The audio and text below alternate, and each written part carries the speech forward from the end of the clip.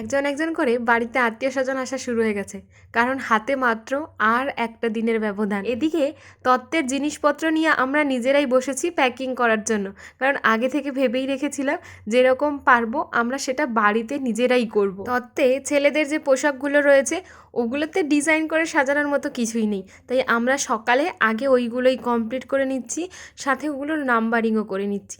এরপর দুপুরবেলা সবাই একসাথে কলাপাতায় খাওয়া দাওয়া করে সন্ধ্যা হতে না হতেই বসে পড়লাম তত্ত্বের শাড়িগুলোকে ডিজাইন করার জন্য। অবশ্য এইসব ডিজাইনের আইডিয়াগুলো আমি আর ছোট কাকিমা ইউটিউব ভিডিও সার্চ করে করেই পেয়েছি। আর প্রত্যেকটা শাড়িতে আমরা প্রত্যেকটা আলাদা আলাদা ডিজাইন করার চেষ্টা করেছি, সেটাতে পারি না পারি অনেকবার চেষ্টা বা করেছি, কিন্তু শাড়িগুলোতে ডিজাইনটা কমপ্লিট হওয়ার পর আমরা ভাবছি হ্যাঁ আমরা নিজেরা কি করে এত সুন্দর ডিজাইন করতে পারলাম। তত্ত্বের জিনিসগুলো প্রায় কমপ্লিট হয়ে গেছে, শুধু স্ন্যাক্সের আইটেম ছাড়া। আর কাল আছে মেহেন্দি নাইট, তো দেখা হচ্ছে কাল, টাটা।